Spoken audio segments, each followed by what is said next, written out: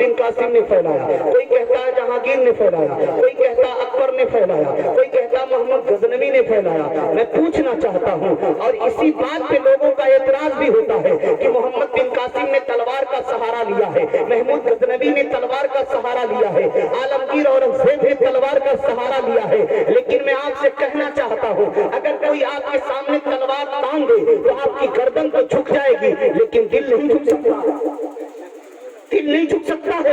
اگر محمد بن قاسم تلوار کے زور پہ اسلام پھیلائے ہوتے تو ان کے دکھانے کے لیے سر جھکا ہوتا، گردن جھکی ہوتی، دل نہیں جھکا ہوتا۔ محمود غزنوی نے اگر تلوار اٹھایا تھا تو سنو، ان کے سامنے صرف گردن جھکتی، دل نہ جھکتا۔ اگر عالمگیر اورنگزیب نے تلوار اٹھائی ہے تو ان کے سامنے گردن جھکتی، دل نہ جھکتا۔ میں پوچھنا چاہتا ہوں، اگر دلوں کو کیسے مسحور کیا گیا، دلوں کو کیسے مسحور کیا گیا، دلوں کو کیسے جیتا گیا، تو میں آپ کو بتاؤں، وہ کوئی دنیاوی کسی لوہے لکڑی یا کسی اچھی چیز کی تلوار سے نہیں، بلکہ اگر اسلام پھیلا ہے تو کردار مصطفیٰ کی بنیاد پر پھیلا ہے، اگر اسلام پھیلا ہے تو کردار اولیاء کی بنیاد پر پھیلا ہے، کیونکہ تلواروں سے گردنیں تو جھک سکتی ہے، دل نہیں جھک سکتا۔ اگر دل جھکے گئے تو صرف کردار اولیاء کی بنیاد پر جھکے ہیں، اولیاء کرام کی کرامتوں نے جھکایا ہے، اور ایسا جھکایا کہ لارڈ برنارڈ شاہ کہتا ہے، میں نے پوری دنیا کا جائزہ لیا، اور دنیا کے اکثر ملکوں میں جائزہ لیا، اکثر ملک گیا، اکثر شہر گیا، لیکن میں نے دیکھا جو کرسی پر بیٹھا ہے جب تک زندہ ہے وہ بادشاہ ہے، جب تک کرسی ہے بادشاہ ہے۔ بادشاہوں کو مٹتے ہوئے ہم نے دیکھا، بادشاہوں کو مرتے ہوئے ہم نے دیکھا، جب تک بادشاہ زندہ ہے اس کی حکومت ہے، جب تک وہ زندہ ہے اس کی سلطنت ہے، جب تک وہ زندہ ہے اس کی شہنشاہیت ہے، لیکن جیسے مرا اس کی حکومت ختم ہو گئی۔ لیکن میں جب ہندوستان کی سرزمین پر گیا اور ایک ایسی بارگاہ میں گیا، جب میں دیکھتا ہوں تو میری آنکھ کھلی کی کھلی رہ گئی اور میں کہنے کے لیے مجبور ہو گیا، ایک ایسا بادشاہ پوری دنیا میں ملا، خاص کر کے ہندوستان میں ایک ایسا بادشاہ ملا ہے، جب زمین پر تھا تب بھی بادشاہ تھا، قبر میں گیا تب بھی بادشاہ ہے۔ میں نے پوچھنے والوں نے پوچھا وہ بادشاہ کون ہے؟ جو زمین کے اوپر تھا تب بھی بادشاہ، زمین میں گیا تب بھی بادشاہ۔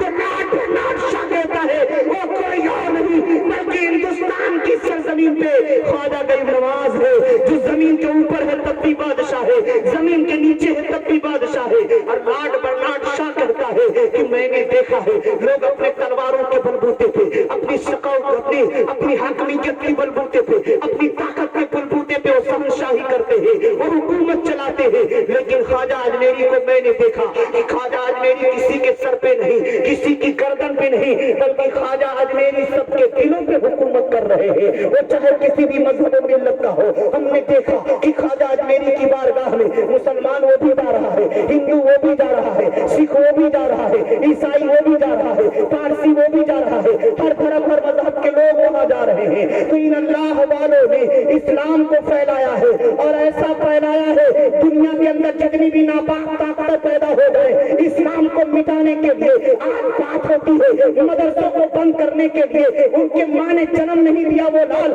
جو مدرسے کو بند کر دے۔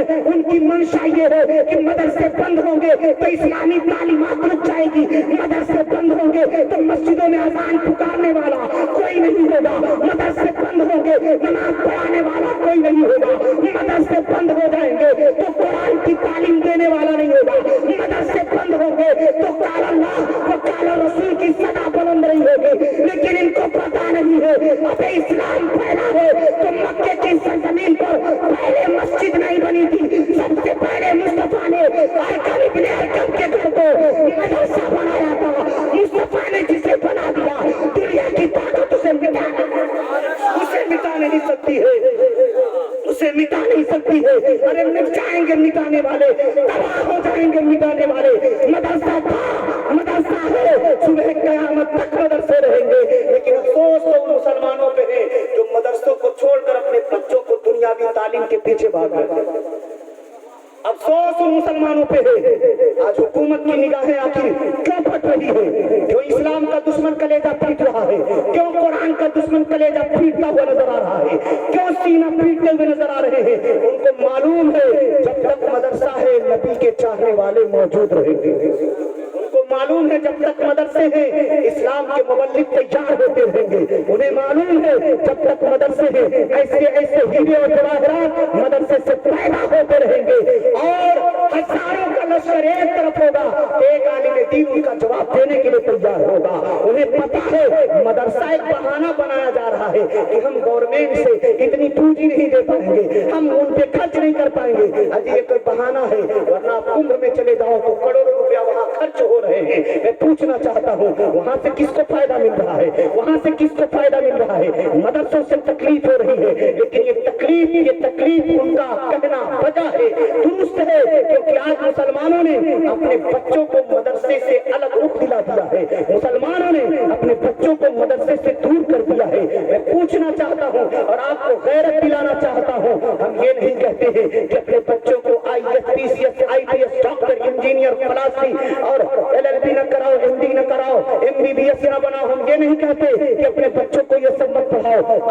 आज तो वक्त पुकार कर कह रहा है, ए मुसलमानों, अपने बच्चों को IAS बनाओ, अपने बच्चों को PCS बनाओ, अपने बच्चों को IPS बनाओ, अपने बच्चों को डॉक्टर बनाओ, अपने बच्चों को IAS बनाओ, अपने बच्चों को इंजीनियर बनाओ। लेकिन बनाने के साथ साथ सबसे पहले आपका बच्चा कुरान पढ़ना चाहिए, आपका बच्चा इस्लामी तालीम से मलबूस होना चाहिए, आपका बच्चा उसके सीने में इस्लाम की हमीयत होनी चाहिए, उसे वजू का तरीका मालूम होना चाहिए, नमाज का तरीका मालूम होना चाहिए, रोजे मर्रा के मसाइल उसे मालूम होना चाहिए। तभी तो जब जज की कुर्सी पे आपका पैसा बच्चा बैठेगा तो जहाँ दस्तूर हिंद पढ़े वहीं उसको इस्लामी कानून भी मालूमात हो, ताकि दोनों को नजरों के सामने वो जज की कुर्सी पे बैठ करके फैसला कर सके, सही फैसला कर सके। और मुझे यकीन है जब मुसलमान का बच्चा जज की कुर्सी पे बैठेगा तो सिर्फ दस्तूर हिंद नहीं बल्कि इस्लाम को भी देखेगा, अपने कानून को भी देखेगा, अपने पैगंबर के कानून को भी देखेगा, क्योंकि इस्लामी तालीमात ऐसी तालीमात है जैसे की तालीमात के जैसे पूरी दुनिया में कोई तालीम है ही नहीं जो हमारे पैगंबर ने हमें तालीम दी है।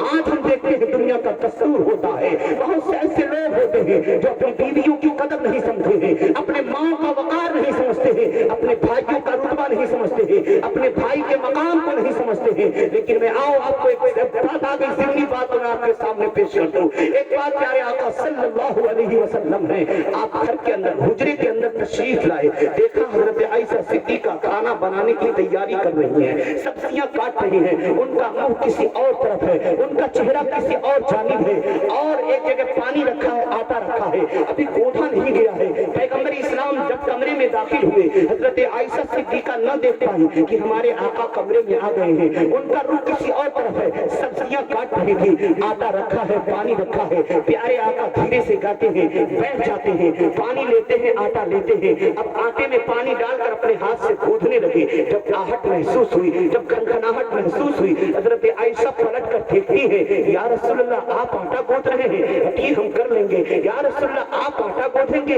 या रसूलल्लाह आप आटा गूंथेंगे, या रसूलल्लाह मैं हूँ यहाँ पे, मैं काम कर लूंगी। प्यारे आका फरमाते आयशा मुझे आटा गूंथने दो, मुझे काम करने दो। हजरत आयशा सिद्दीका कहती या रसूलल्लाह ये कोई बहुत बड़ा काम नहीं, मैं इसको कर लूंगी। प्यारे आका क्या फरमाते हैं, ए आयशा मुझे कर लेने दो, मुझे करने दो, आज आटा गूंथ लेने दो। हजरत आयशा सिद्दीका कहती है या रसूलल्लाह ऐसा क्यों? तो प्यारे आका फरमाते सुनो, अल्लाह फरमाता है लक़द कान लकुम फी रसूलिल्लाहि उस्वतुन हसना, कि नबी की जिंदगी ए मोमिनो तुम्हारे लिए आइडियल है, तुम्हारे लिए नमूना है। मैं आटा इसलिए गूंथ रहा हूँ, जब ये बात मेरे उम्मती पढ़ेंगे, मेरे उम्मती सुनेंगे तो बरजस्ता यही कहेंगे कि बीवी अगर खाना बना रही हो तो उसका हाथ बटाना, उसका साथ देना पैगंबर इस्लाम की सुन्नत मुबारक है, पैगंबर इस्लाम की सुन्नत मुबारक है। लेकिन आज अगर कोई शौहर अपने बीवी का हाथ बटाता है तो लोग कहते हैं मेहरारू का गुलाम बन गया।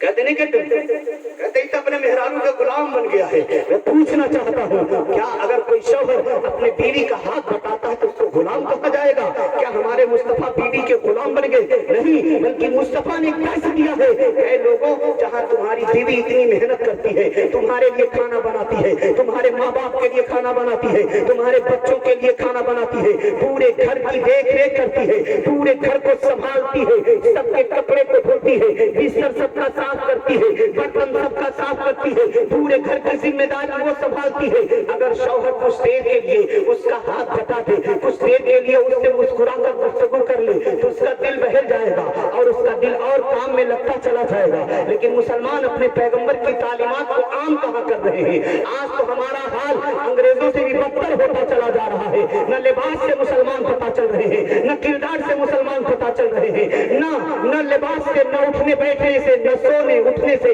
किसी भी जाविये से, किसी भी एतबार से, किसी भी एंगल से मुसलमान नजर नहीं आ रहा है। अब तो कहीं कहीं ऐसा हो गया है, अगर रोड पे किसी का एक्सीडेंट हो जाए और मर जाए तो उसका कपड़ा खोल कर देखना पड़ता है ये मुसलमान है या किसी और मजहब का है। लेकिन मैं आपसे पूछना चाहता हूं, अगर मोहम्मद शकील अख्तर इसी हालत में रोड पे एक्सीडेंट करके मर जाए तो किसी को कपड़ा खोलने की जरूरत नहीं पड़ेगी, लिबास देखेगा, चेहरा देखेगा तो समझ जाएगा ये किसी और धर्म का नहीं बल्कि मजहब इस्लाम का मानने वाला। ये निशानी हमारी है। आपको सबक देना चाहता हूं। मैंने कहा इंशाल्लाह मेरी तकरीर नहीं, आज की नसीहत में आपको करूंगा। हमारी माँ और बहनें भी गौर